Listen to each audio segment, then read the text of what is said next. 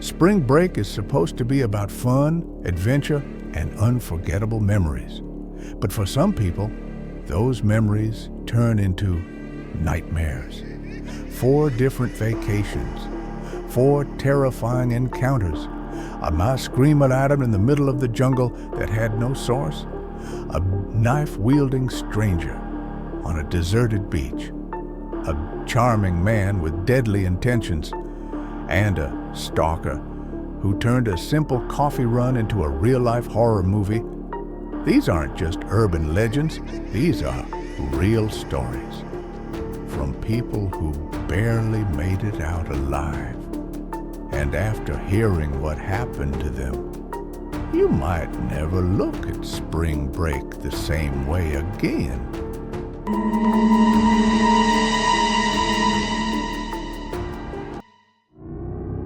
Maria and I had been dating for a year when we took our dream vacation to Puerto Rico. The beaches were stunning, the food was incredible, and El Yunque rainforest was calling our names. One afternoon, we found a narrow trail marked with a warning sign. Trail closed, but curiosity got the best of us. We stepped over the barrier and walked in. The deeper we went, the quieter it became. No birds, no insects, just an eerie silence. Then we saw it, a decapitated mongoose lying in the middle of the trail. Its fur was matted with blood, but there were no footprints, no signs of a struggle. A chill ran down my spine. "Let's go back," I whispered. Maria took a step closer. That's when we saw it, swinging from a tree branch, the same mongoose hanging by its tail, and that's when we heard the scream. Not a normal scream. It was distorted, unnatural, almost inhuman. We ran, sprinting through the jungle, branches slashing our arms, our breaths coming in ragged gasps. The scream followed us, growing louder, but no matter where we looked, there was no one there. Maria tripped on a root, falling hard against the dirt. I grabbed her hand, pulling her up just as the scream turned into laughter, twisted, hollow, echoing all around us. We crashed through the underbrush, lungs burning. My mind raced. Were we being hunted? The jungle around us seemed to shift. Shadows flickered in the corners of my vision. My heartbeat pounded against my eardrums, drowning out everything else. Then, a whisper right behind us. "Don't run!" Maria screamed. I turned. My breath caught in my throat. But there was nothing there, only the darkness between the trees. We ran harder. I could hear twigs snapping behind us. Footsteps. Something was chasing us. Then a hand brushed against my shoulder. I didn't look back. When we finally reached the main road, everything went silent, as if nothing had ever happened. We stumbled onto the pavement, gasping for air. A park ranger's truck was parked nearby. We ran to it, desperate for safety. "You shouldn't have gone off the trail," the ranger muttered after hearing our story. His face was pale. I pressed him for more details. "What was that thing?" He shook his head. "You're lucky you made it out." Maria and I barely spoke the rest of the trip, but that night, as we lay in bed, I could feel her trembling beside me. At some point, I must have drifted off, because I woke up to someone breathing in my ear. I bolted upright.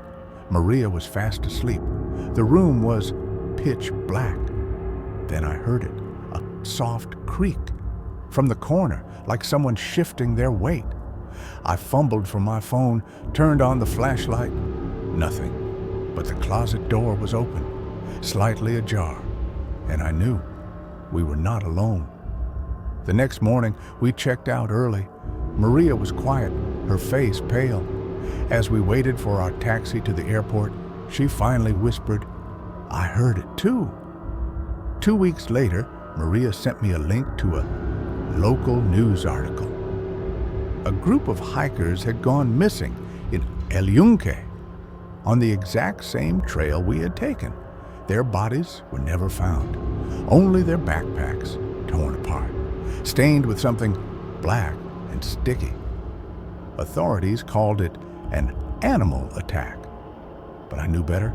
I still hear the screams sometimes, in dreams, in the silence of my apartment, in places it shouldn't be, and I still feel it.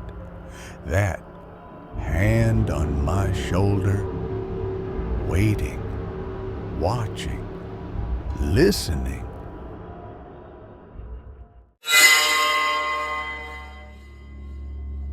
It was supposed to be a peaceful camping trip.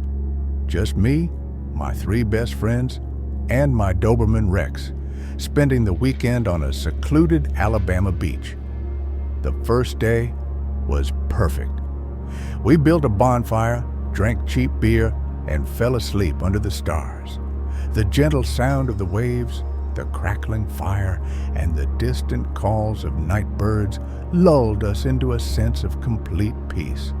We had no idea what was coming. But at 2 a.m., Rex started growling. A deep, guttural sound rumbled from his chest. Not the usual annoyed growl. This was different. This was a warning. I sat up, heart pounding. My breath felt loud against the silence of the night. Then I saw it. A past figure stood at the edge of our campsite, just outside the fire's glow. A tall man, watching us. His posture was rigid, unnatural, like he had been standing there for hours. The flickering flames barely reached his face, but I could see the glint of his eyes. Unblinking, cold. He didn't move, he didn't speak. Just stood there.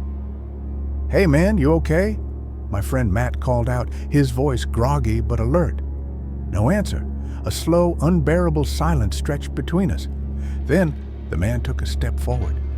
"You're on private property," he said, voice low and even. "You need to leave." Matt shifted uncomfortably. "We checked the maps," he said.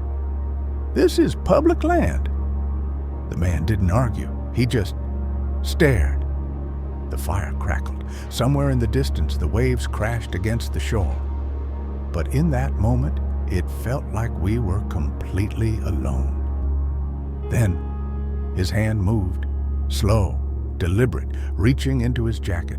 The fire cast jagged shadows over his face as he pulled out a knife, a long, gleaming hunting knife. The blade caught the firelight, reflecting an eerie glow. No words, no threats. Just the knife. Rex snarled. His body tensed, muscles coiled. Then he lunged, teeth sinking into the man's wrist. A strangled grunt of pain, the knife clattered to the ground, landing inches from my foot. The man wrenched himself free, stumbling backward into the darkness. Gone! We stood there, frozen, hearts pounding. The only sound was the crashing waves in the distance. "We need to leave," I said, voice shaking. Now. We packed up faster than I thought possible, shoving everything into our backpacks. We ran to the car, but the second we saw it, our stomachs dropped. All 4 tires had been slashed. A deep, jagged cut through each one. The knife. It had to be the same knife. Cold fear settled in my chest. "We're stuck," Matt whispered. The nearest town was miles away. No cell service, no help. We were trapped. A branch snapped nearby. Too close. We turned, scanning the darkness. The fire had died down to embers, barely illuminating the trees. "Get in the car," Matt whispered. We locked the doors, sat in silence, listening, waiting. Every creak, every gust of wind sent shivers down my spine. Rex growled low, staring out the window, tracking something we couldn't see. Then, just as the first light of dawn began to stretch across the sky, a thud against the roof. We jumped. Another thud. Something heavy. Something alive. The car shook slightly, like something had shifted its weight. I reached for my phone with trembling fingers, turned on the flashlight, and slowly angled it upward. The beam cut through the windshield, up to the hood. Blood. A large deer carcass had been thrown onto the hood of our car. Its throat was slit wide open. The deep gash ran from ear to ear, flesh parted in a way that was too precise, too deliberate. I gagged. Matt cursed under his breath. Rex barked, his fur bristling. Whoever had done this, they were still out there, watching, waiting. We wasted no time. As soon as daylight came, we walked the long miles to the nearest gas station, called the police, never looked back.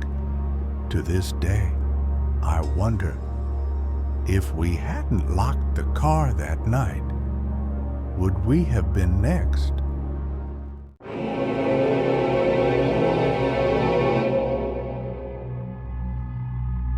Charleston was supposed to be a quiet getaway. Instead, it turned into a nightmare. The first text came while we were shopping. "That red dress looks good on you." I froze. I was wearing a red dress. My heart pounded as I scanned the store. Dozens of people. Shoppers moving between racks, chatting, trying on shoes. But someone was watching me. "Who the hell is this?" I texted back. No reply. I swallowed hard and showed my friend Emma. Her face paled. "Let's get out of here." We left the store, walking quickly toward the parking garage.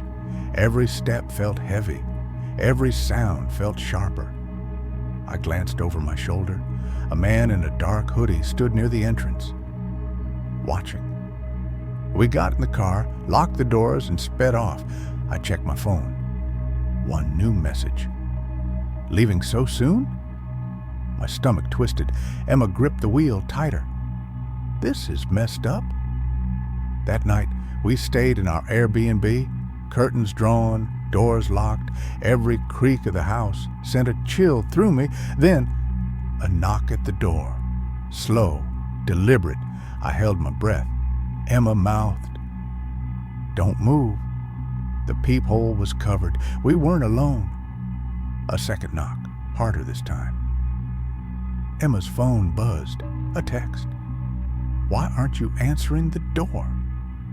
My blood ran cold. Emma clutched my wrist, her breathing uneven.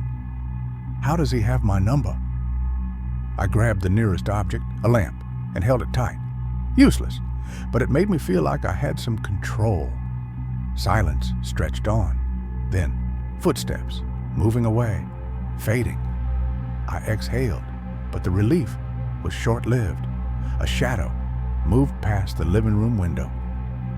He was still there, circling the house. Neither of us slept that night. By morning, the texts had stopped. No sign of him outside. Maybe he was gone. We called the police. They took our statement, but didn't seem too concerned. "Probably some creep messing with tourists," the officer said. "If he shows up again, call us." That didn't make me feel better. We debated leaving early, but our flight wasn't until the next night. Emma convinced me to stay out in public as much as possible. "He won't try anything in broad daylight," she reasoned. I wasn't so sure. We spent the day at a crowded cafe. I kept my back to the wall, eyes darting over every customer. Every time the door chimed, my stomach clenched. Then, a feeling. The hair on my arms stood up. That deep, gut-wrenching sense of being watched. I turned, and there he was, sitting 3 tables away, staring. His hoodie was gone. He looked normal, average. He could have been anyone, but those eyes, I knew those eyes. I grabbed Emma's hand. We're leaving now. We hurried back to the Airbnb, constantly checking over our shoulders. The house felt different when we walked in. The air was heavy. Something was wrong. Emma went to the bedroom. I stayed in the living room scanning for anything unusual. Then, her scream. I ran. She stood frozen at the closet door, her phone clutched in her hands. She pointed. I followed her gaze. The closet door was slightly open. Inside, a chair and a pile of empty food wrappers. Someone had been living in our Airbnb. My phone buzzed. A message. You found my room. I lost it, grabbed Emma and ran. We didn't pack, didn't look back, just ran. We spent the night in a motel near the airport. No one followed us, no more messages. The next morning, we flew home. Days later, I got one final text. See you next time.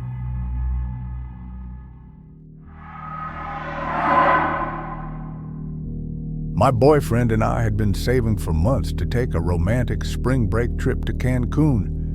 We found a great deal on a boutique beachfront hotel. Small, quiet, perfect. The first few days were amazing. Sunbathing, margaritas, late-night walks on the beach. Everything felt like paradise. But on our third night, things changed. At 3 a.m., I woke up to a soft click. The sound of a door unlocking. I froze. At first, I thought it was just my imagination or maybe the couple next door. But then, the door creaked open. I reached for my boyfriend, shaking him awake. Someone's in here? His eyes barely adjusted before a shadow moved in the doorway. He bolted up. Who's there? No response, but the figure stepped forward. The dim light from the hallway illuminated just enough. A man, dressed in black, face covered. He wasn't a hotel guest. He wasn't staff. He was here for us. Adrenaline hit. My boyfriend lunged toward the nightstand, grabbing the closest thing, a heavy lamp. The man charged. A struggle, the sound of furniture crashing. My heart pounded in my ears. I scrambled for my phone, hands shaking. 911, call failed. No signal. My boyfriend swung the lamp, catching the intruder's shoulder, a grunt of pain. For a split second, the man hesitated. That was our chance. I grabbed the hotel phone. No dial tone. The line had been cut. He planned this. The man suddenly turned and ran. Bolted out the door, disappearing down the dark hallway. My boyfriend chased after him, but by the time he reached the lobby, the front doors were wide open, and the man was gone. Hotel security arrived minutes later. They checked the footage. The cameras? Disabled. The lock on our door? Tampered with. This wasn't some drunk tourist stumbling into the wrong room. Someone had planned this. We left the hotel that morning. No refunds, no apologies, just the unsettling feeling that we had barely escaped something much, much worse. A week after we got home, I received an email. No subject line, no text, just an attachment, a photo of us, taken from inside our hotel room. Before that night, I called my boyfriend over, my hands shaking as I showed him the email. "Who sent this?" he whispered. I didn't know. There was no sender name, no trace of where it had come from. We reported it to the police, but they couldn't do much. No threats, no demands, just a reminder. Someone had been watching us, and they wanted us to know. For weeks, I felt uneasy. Every time I passed a window, I imagined a dark figure standing outside. Every time I walked into my apartment, I checked every closet, every corner. Then, one night, My phone buzzed again. One new message. You looked so peaceful when you slept. I couldn't breathe. My boyfriend grabbed the phone from my hands, his face dark with anger. We're changing numbers now. We moved to a new apartment a month later, changed our emails, our phone numbers, everything. The messages stopped. The fear didn't. To this day, I don't know who he was, how long he had been watching, or what would have happened if my boyfriend hadn't woken up that night. But I know one thing for sure. I will never stay in a hotel again.